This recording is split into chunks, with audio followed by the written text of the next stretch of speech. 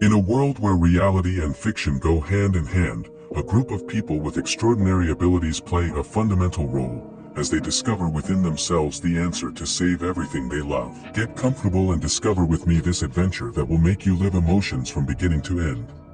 Episode 1. Kim Min-soo begins this story by talking to his parents through a letter. Initially, he explains what has happened to him for a year. He tells them that he had mixed feelings that made him feel empty and that his life was normal but without any interest. In the next act, he tells them that one night he was walking and puff. A bus surprises him and ends up running him over. He wakes up in a place he doesn't know, full of fear and eager to return, but, little by little, he begins to understand that he could not leave without fulfilling his mission in that world, one that incredibly life was giving him. As a result of this mission, Kim becomes the hero of that unknown world, saving thousands of innocent people and being fundamental on the battlefield alongside his companions. With the war over, with the people and her companions celebrating, Kim sadly remembers his family, while the priestess comes over to comfort him to let him know he will soon return. Likewise, during that approach, his companions could notice something suspicious denoted a closer than normal relationship between Kim and the priestess. 3 weeks later, Kim appears walking on one of Seoul's main avenues, stopping there to recount to the priestess what has happened after his arrival. To his surprise, another person was living in his house. His mother had died when he was distributing flyers in his search, and his father, seeing his family broken, found himself wrapped in sadness and blamed himself for what happened, so he decided to take his own life. Local newspapers and Kim's report of missing persons simply got stuck at the end of the story. The police classified him as one more missing teenager, leaving aside a case of great relevance to society. In addition, while attending school, he is faced with the news that he was expelled due to his long absence and guilt in allowing everything that had happened to him. He requests that the expulsion be cancelled, but there was only enormous apathy about what had happened. No one knew where Kim was or what happened to him. However, his absence did not generate any kind of compassion or understanding. On the contrary, in the middle of those four walls, only disinterest and indolence abounded. And it was right there, where the feeling of hope once again went downhill. The sadness seized in his soul and body could be felt overwhelmingly, while the voice of that director only offended. He mistreated and hurt that boy who just wanted to return to a normal life at school. Yes, no one wanted to help that boy. His desire to return was in vain. Everyone had already forgotten him, as one who gives up that which, in reality, has no value. His life at that moment was nothing. He became a boy evicted and condemned, thrown into a void that had no end. Kim doubted even his own existence. He could not differentiate if what was happening was a fantasy or a nightmare. He questioned it without measuring the consequences. Why suffer and have a life full of pain if you saved the lives of so many people at the right time when they needed it? And he was there, standing in the middle of the people, while the sound of hundreds of footsteps ran through the same place. His affliction led him to his conscience taking a little of his thoughts, to locate him and sustain him to reason. If he risked his life to return, how is it that, without measuring words, they abandoned him? In that, a robust man stumbles upon Kim and diminished his position. Meanwhile, his girlfriend supports such an act but asks him to leave him alone, because it is not worth wasting time or existence. However, Kim asks such a man why he is not sad. The man, amazed, do not understand such a question. At that moment, Kim becomes the kind of person who uses his heroism to express his grief. Therefore, he makes the decision that everyone should feel the same as he does, suffering. The man takes him tightly by his hair, as he felt a certain irony and incongruity in his words. While Kim summons with torment, but at the same time with security, the sword of Durant. That man's girlfriend saw everything and called him crazy while laughing out loud when, suddenly, the sword appears and kills the man mercilessly. That girl, before such an appearance and act, is perplexed and frightened, letting out a cry of horror. It wasn't a game.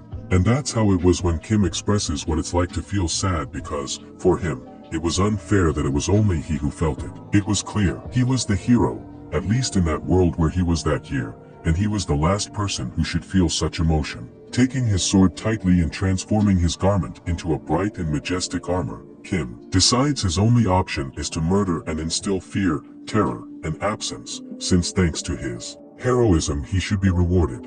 Suddenly, wielding and clinging to such power, he causes a great explosion with Durant's sword, causing the death of hundreds of people who were in that place, destruction on a material level, and a noise that undoubtedly came to be heard throughout the city. Kim was still there, imposing and resentful, with a heart of stone, with hatred and apathy. That's how a boy with doubts became a wicked, malicious man who distorted his reality by the disinterest of a group of people who did not know how to listen to him.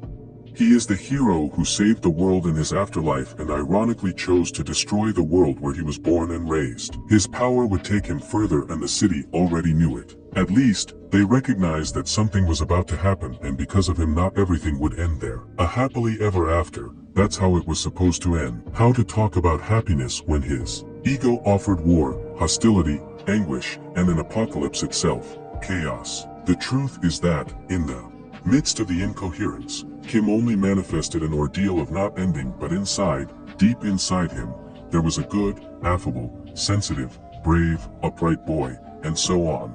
But what will happen? How will reason and thought bring the return of that boy, getting him to perfection in the world? Well, in each restart it could be polished until it is perfect, or in opposition, will its existence continue to be a cyclical fact where every action, every moment, and event will be repeated eternally. One day in the afternoon, on the outskirts of Gyeonggi province, the Park family decides to take a trip, hurriedly fleeing their home, since something real was about to happen. They did not know what, but the truth is that among the bustle of one of the main highways on the outskirts of the province, you could perceive an unpleasant feeling of danger that permeated every pore of your skin. Hundreds of cars lined up, trying to get out of that place, while the beeps and the noise emitted by the engine of the cars were heard every second. Meanwhile, inside her vehicle, Mrs. Park only longed to escape, to save her family. His mother, an 80-year-old woman, prayed vehemently to a god she believed could help.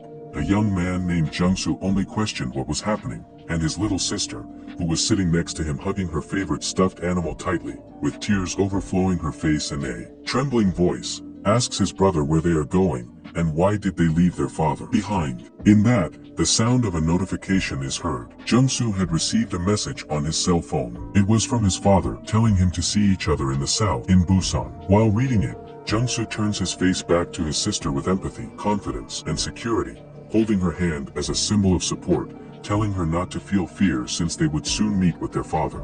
The tender girl dries her affliction with her sweet little hands. Suddenly, a thunderous noise is heard from a motorcycle speeding past the side of the car, causing the girl to be shocked and make an astonishing sound.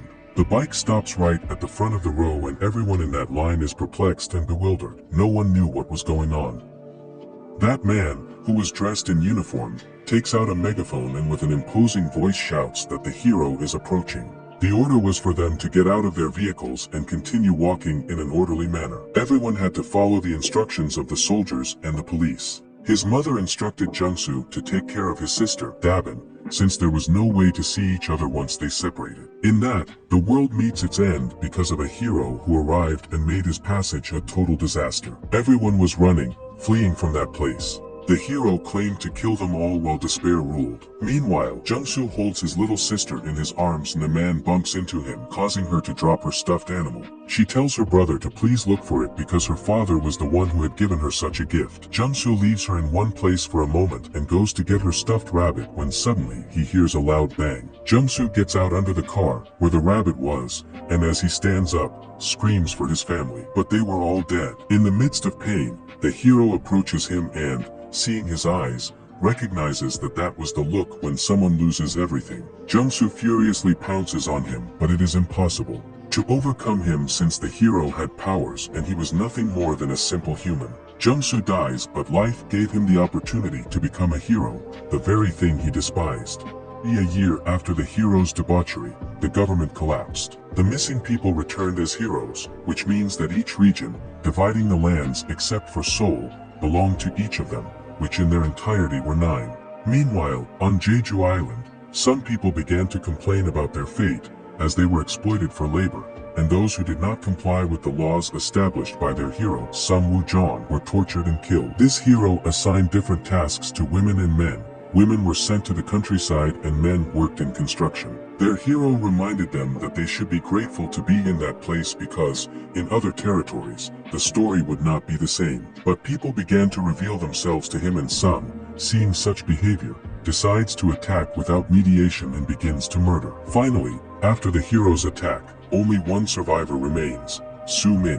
That afternoon in the countryside, Su-min meets an old woman who invites her for a walk. In the middle of the talk, she tells her that she must be careful with flying machines in the shape of an eye who are responsible for watching them. They say goodbye, and that's when the girl decides to go to the ocean because it generates tranquility. Over there, she sees a man dressed as a captain. He asks her for food and, although she knows that it would be a risk to get him more than she offered, Su-min leaves to look for it. The captain reminds her that they will continue to fight to recover the island, and Su-min tells him to please do so, as it will put her life at risk by bringing him more food. However, on the way, Su-min decides to deviate from the path to reveal herself to the hero. But when she arrives, she observes in amazement what lies before her eyes. A number of people were being tortured by machines in the form of hands. The hero sees and catches her, making her believe that he is going to torture her, but for him it was just a game, thus mocking her. She feels helpless at not being able to face him, and he reaffirms that inability, telling her that if she thinks it is unfair,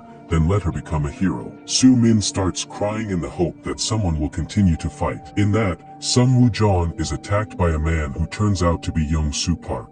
Young-soo Park unexpectedly appears on Jeju Island. For his part, Hero Sung, upset at his manifestation, cannot identify him, while Su-min sees salvation in Park. And it is there, when his hero asks him what the situation was, but at that moment Sung, upset, asks him again who he was and why he had infiltrated his region without warning, because it was he who ruled such a place. Park notes sadly that the hero right in front was not part of the Sword Heroes group. Even the hero's son didn't know who he was. As a consequence, the girl takes the opportunity to tell him the whole truth. Sung had not only taken over the island, but was exploiting and murdering anyone who was against his commands, even killing the soldiers who resided there. Park is upset at such a revelation, asking Sung one last time if what the girl had said was true. This, in any case, did not measure his cruelty and challenged in his words that if so what would happen. For which, Park threatened to kill him. Quickly, he started a power struggle where Park effectively came out on top, and Sung could not believe his loss. However, before he died, he remembered a past that undoubtedly contradicted his actions on that island. Sung was destined to save his world, but even his own father's apathy, humiliation, and rejection made him think it would be okay if he destroyed it. Sung's death turned out to be a battle won, and Su-min, with great admiration even seeing his conquest, is speechless since Sung was a hero of evil, capable of eliminating anyone.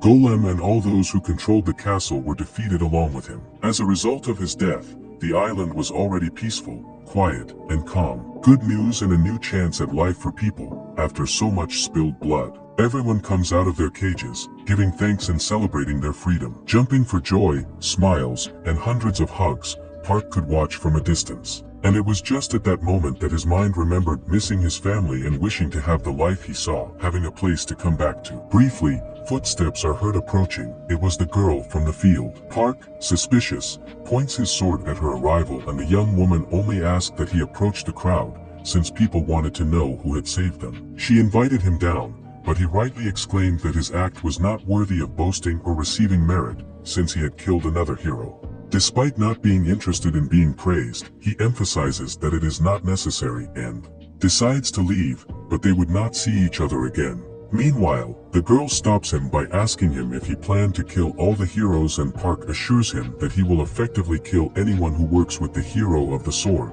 for revenge. So the girl expresses her support for such a mission because she also had the same desire, ensuring that she could help him throughout the process, since she was aware of the skills that each hero had and new places and people that he could contribute to the mission. In addition to that, she knew he was going to need transportation, shelter, and food to stay safe. She could be his guide. In that, Park asks her what is the reason, that if she stays there he could promise her a life of happiness, without the need to battle with any hero. In which the young woman responds that she has no power and that she suffers pain at the loss of her family, so she felt anger for those bastards, and the only way to fulfill her revenge was to cling to him. That afternoon, the two would make a verbal contract. A commitment was agreed, and now it was time to fight for honor. The next day, they were inside a warehouse. As the girl took note, she mentions two heroes to choose from, so Park expresses that she should choose the one who would die faster. Following that reasoning, he was assigned the hero Sea Dragon, who destroyed an entire fleet in the Pacific Ocean and has control of a perverse and powerful sea dragon, such as a nuclear bomb. Park claims he deserved to die. Briefly, the girl claims that she knows someone who could provide them with a boat after the hero golem stole from them. The Marines who survived the battle were already recovered and assured take them to the assigned destination, the southern coastal sea. In the distance was the hero dragon of the sea, comforting that beast. She felt an incredible fear, but his hero assured her that there was no way it would ever reach land.